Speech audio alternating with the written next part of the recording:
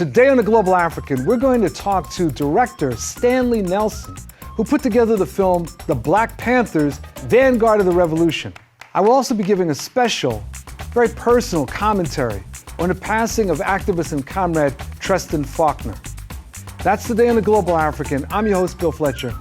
Thanks for joining us again. Don't go anywhere now.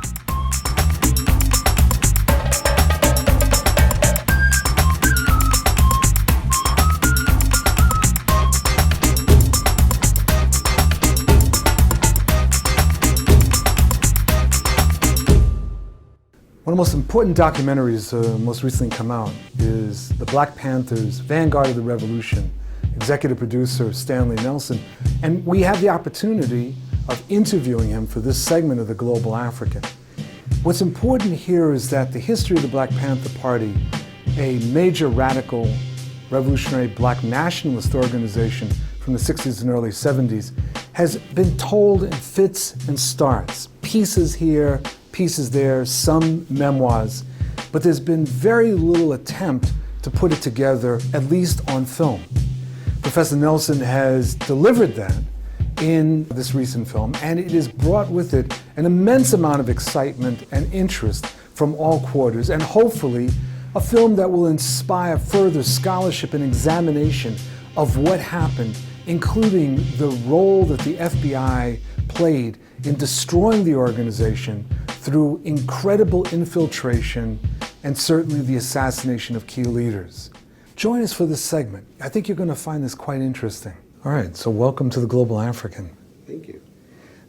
First of all, congratulations on your film and incredible responses. I'm interested in, as someone who grew up in the midst of the Panthers, was deeply influenced by the Panthers, and very much affected by the split in '71. I'm curious, what was your main motivation in putting the film together? There was no one main motivation. I think that the Panthers story had not been told. Nobody had told the story on film. I think that so many things that the Panthers were talking about in the 60s and early 70s are things that are still relevant today. So many of the problems, police brutality, unemployment, bad schools, bad housing, those are still things that we have today. So I thought the story was really relevant. I thought that the way the Panthers were remembered today was not the way they were thought of back then. So the Panthers have come to be remembered by so many people as this kind of isolationist group that was out there on an island by themselves. And that at that time, the Panthers had made coalitions with so many different groups, the women's movement, the anti-war movement, the student movement, and that's not how they were remembered. So I thought there were so many different reasons to make a movie about the Black Panthers. We worked with organizations such as the Young Lords, a Puerto Rican street gang that had become political, and the Young Patriots, hillbillies, Appalachian white boys. I want to introduce a man who come over tonight from another part of town, but he's fighting for some of the same causes we're fighting for. Bob Lee, who was our deputy field marshal, had a meeting with them, and he was explaining why we should work together. There's police brutality up here, there's rats and roaches, there's poverty up here. That's the first thing that we can unite on. That's the common thing we have, man. COINTELPRO and infiltration. A lot of people, even with things that have come out, don't appreciate the extent to which the Panthers were infiltrated. What was your experience in talking to Panthers, former Panthers, about how they dealt with the issue of infiltration, paranoia, things along those lines? I don't think there's one answer to that question. I think that the Panthers, the infiltration was so complete. It was everywhere. I think that most of the Panthers I talked to, I guess, would say that they didn't understand at that point how infiltrated they were. That they knew, they knew their phones were tapped and they knew things like that, but they had no idea of the extent of the informers that the FBI had planted and local police departments had planted within the movement. So I think that, you know, obviously it was one of the most destructive forces, or the most destructive forces that the Panthers had to deal with. And the lessons relative to that for today's activists? You know, I think that for today's activists, hopefully, you know, some of the film is a cautionary tale. You know, you have to kind of understand what's going on. You have to be aware of it. I don't know how you kind of screen for it completely, you know, but you are going to be watched. You know, we've talked to people from Black Lives Matter down in Ferguson who say they're drones, you know, around their houses and stuff like that. You know, I mean, it's the, you know, so those things happen, you know, facial recognition software, you know, those things are there. So I think, you know, all of those are kind of, you know, part of the cautionary tale of the Panthers. You know, one of the things that I've found interesting over the years in talking with former Panthers is very little discussion about the sort of the internal decision making. You know, I mean, like for example, they never had a Congress. They never had an elected meeting or delegated meeting to make major decisions. And at the time, no one seemed to feel like it was that important.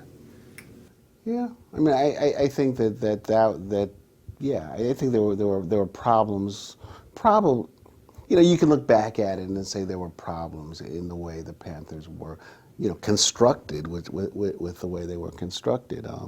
You know, besides there not being these large meetings or things, you know, the hierarchy of the Panthers was Oakland. You know, and so there was some, you know, people don't talk about that. You talk about people don't talk about that resentment that there was, you know, because the leadership was all in Oakland, and so there were differences, and there was no way to resolve the differences. I mean, the other thing is that, you know, you have the Panthers, you know, that you know, we look at so many times as being, you know, Huey, Bobby, and Eldridge as these leaders who were never together. I mean, we couldn't find a photo. I mean, we literally couldn't find a photo of Huey, Bobby, and Eldridge together.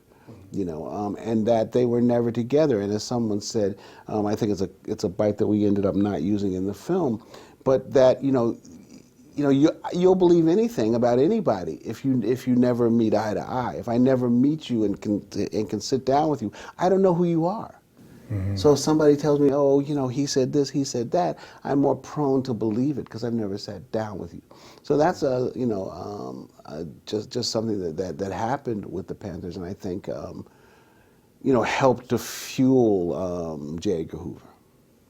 One of the things that I don't think that a lot of people appreciate that weren't around that or are younger.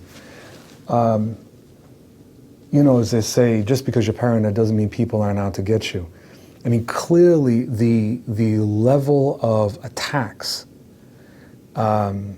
created a siege mentality. And it was a siege mentality that people outside of the ranks of the Panthers and maybe a layer beyond, I don't think fully appreciated and maybe wrote off a bit too much. It was obvious that the government had made a decision that this was all-out attack on the Black Panther Party. Every significant office is going to be raided, it's going to be bombed, it's going to be shot, there are going to be mass arrests. In the pre-dawn hours in Chicago today, police and Negroes fought a... Police and Black Panthers clash in Houston, New Orleans, and other cities. For the Black Panther Party, it was a crisis situation because we didn't have the resources to handle all these arrests and all these trials.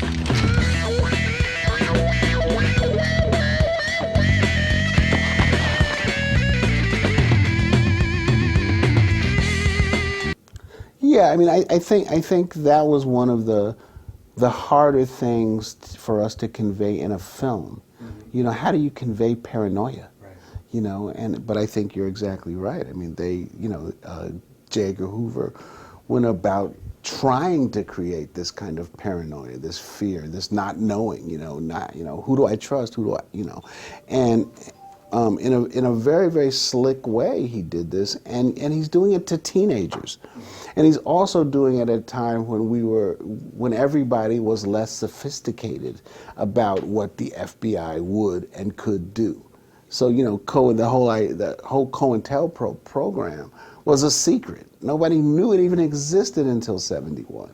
So this is a totally secret program, which is now, putting informers, in and these are not FBI agents. These are not, your black suit and white tie guys. These are guys who are coming out of jail, and the FBI is getting them out of jail so they can now infiltrate, As Gerald Lefcourt, who was the Panther lawyer for the New York 21 in New York, said that 5 founding members of the New York chapter were agents.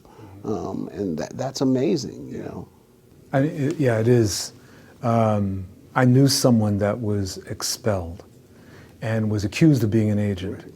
And I definitely do not think that he was, but I've often wondered whether the people that expelled him were in fact agents, One of the things I also wondered whether you encountered, this may sound like a weird tangent, but in the aftermath of Manning Marable's book about Malcolm X, there was this intense debate, and debate is maybe even not the right term. It was very difficult for people to talk about their differences.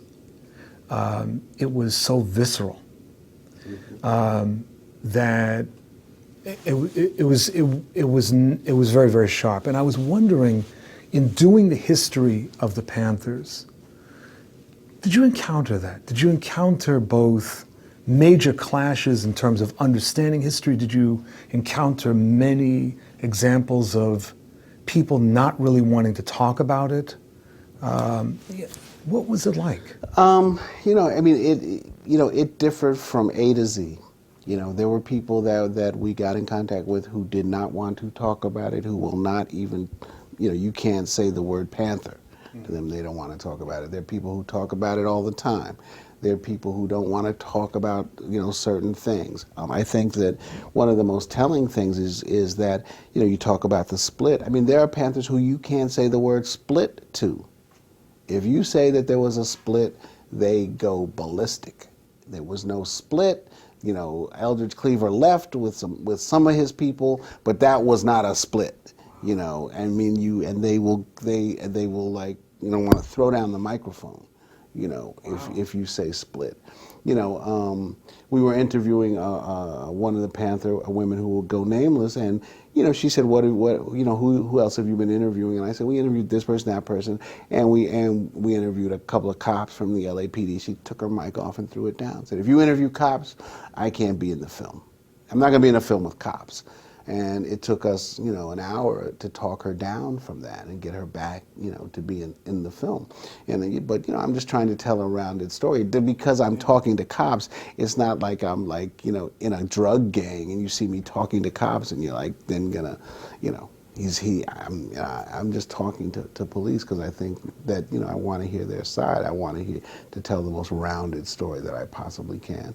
So, I think there's still so many wounds that are so open. But, when you deal with the Panthers for a while, you come to understand it. People were physically wounded. People saw their loved ones killed. People, had mental breakdowns. People's lives were destroyed. People have never gotten their lives back together. So this is life and death. This is like no joke, and people are taken very, very, very seriously. The other thing that I have also seen is the relationship of the Panthers to certain other groups, like Ron Karenga's group, US. Right. There are friends of mine, former Panthers, who will not celebrate Kwanzaa. They won't.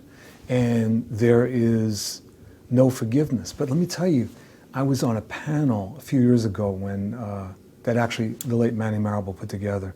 It was about something about Black studies. And Karenga was there on the same panel. And even I had this reaction. You know, it was like, do I really want to do this? Can I actually be nice to this guy? And I realized how deep those feelings were. Yeah. Did you encounter much of that? A little bit. I mean, we actually talked to Ron Karenga, who declined to be in the film. That was the first time I'd ever talked to him. I mean, I was amazed at how smart he is. He's a very, very smart guy. Absolutely. He's no dummy. Mm-hmm. You know, he's no dummy. You know, one of we get asked a question a lot, like, you know, what did you take out of the film? Was there anything you took out of the film that you wanted to be in the film? And the only thing that we kind of had developed and really had worked with really hard to make work was the story of us and the Panthers at UCLA. And we actually had cut that story, and we just couldn't get it to work right. In what sense?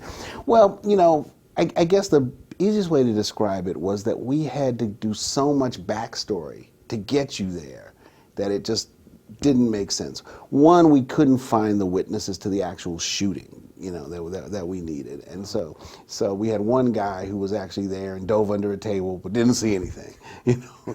And so we could get you up to the shooting, but, you know, we had to first, so we're telling the story of the Black Panthers. We now had to stop and tell you who us was and explain us. Then we had to explain why they were all at UCLA. You know, they were part of this high potential program. We had to explain all that. And so now we're 5, 6, 7 minutes into the story and we haven't even started the story yet.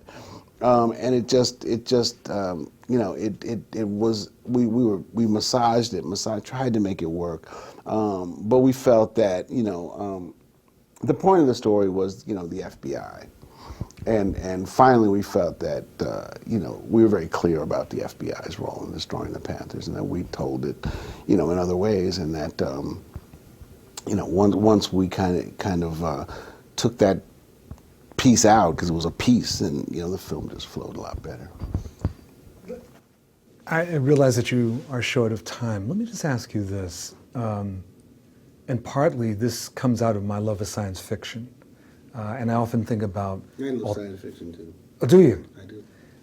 I'm very much into alternative timelines as a theme in science fiction. And I was wondering, was there another route that the Panthers could have gone through?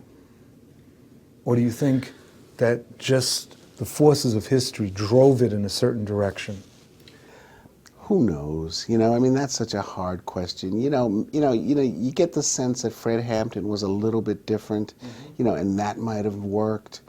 You know, I just feel like, you know, Eldridge and Huey was never going to work. There were problems there, you know, that were never going to be solved. If you didn't have the FBI involved, you know, would it have evolved into something different, you know, with the food programs and the other programs? Maybe.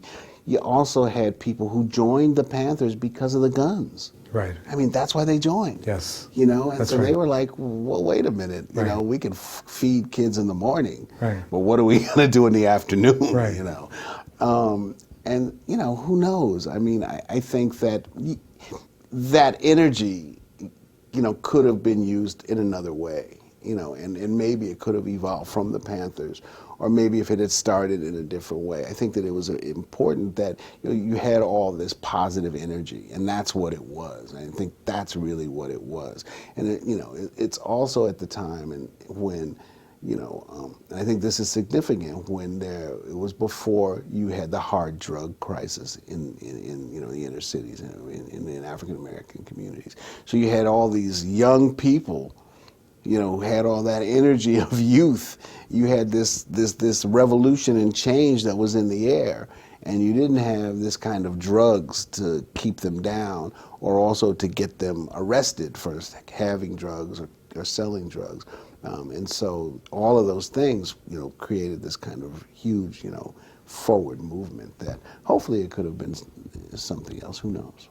Although the Panthers were one of the groups that was highlighting the influence of heroin into the black community that was coming out of Indochina. Right. Well, yeah. You know, that's like throwing a pebble in the water. Right. You know, you can't. I mean, how are you going to do that? You're talking about $1 billion industry, and you can't fight it through pamphlets. The film is getting rave reviews, but there are some people, including some former Panthers, that have had issues with it.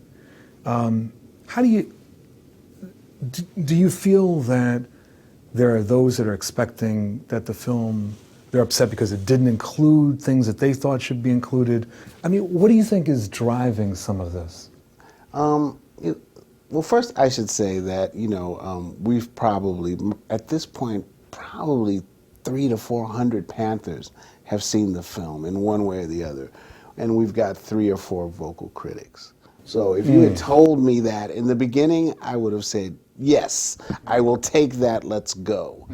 If you could close your eyes and imagine a film about the Panthers that everybody would like, then you should make it, because I don't know what that film would be. So we knew that this was coming, that there would be people that wouldn't like the film. We are amazed at how few detractors there are to the film. And I think the one thing that I found about the Panthers, much more than any film I've ever made, like 100 times more, is when we have a screening, people stand up and say, "What about this?"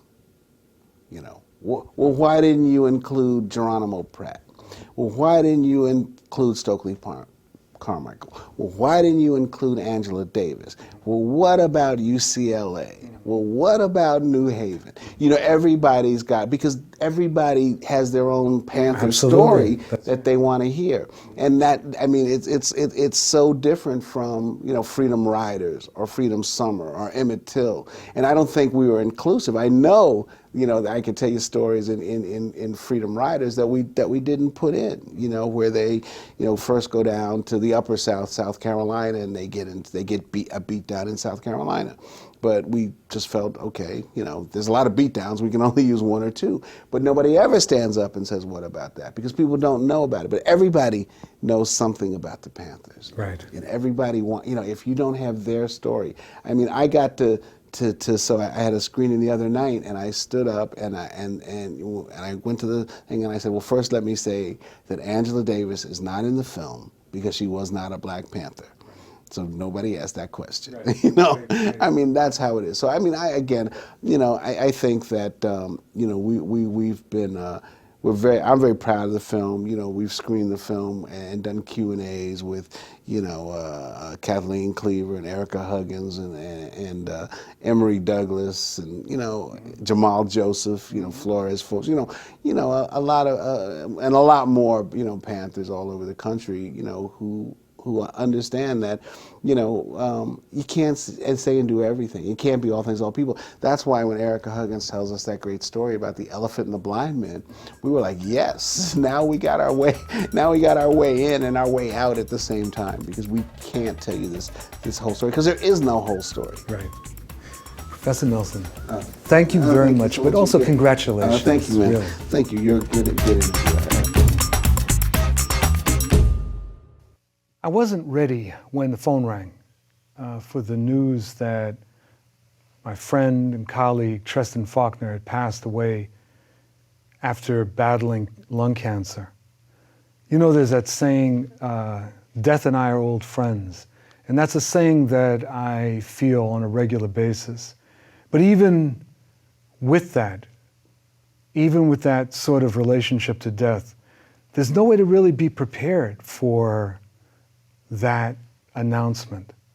Here we had a young man who just turned 40 in June, an activist from when he was knee-high to a duck.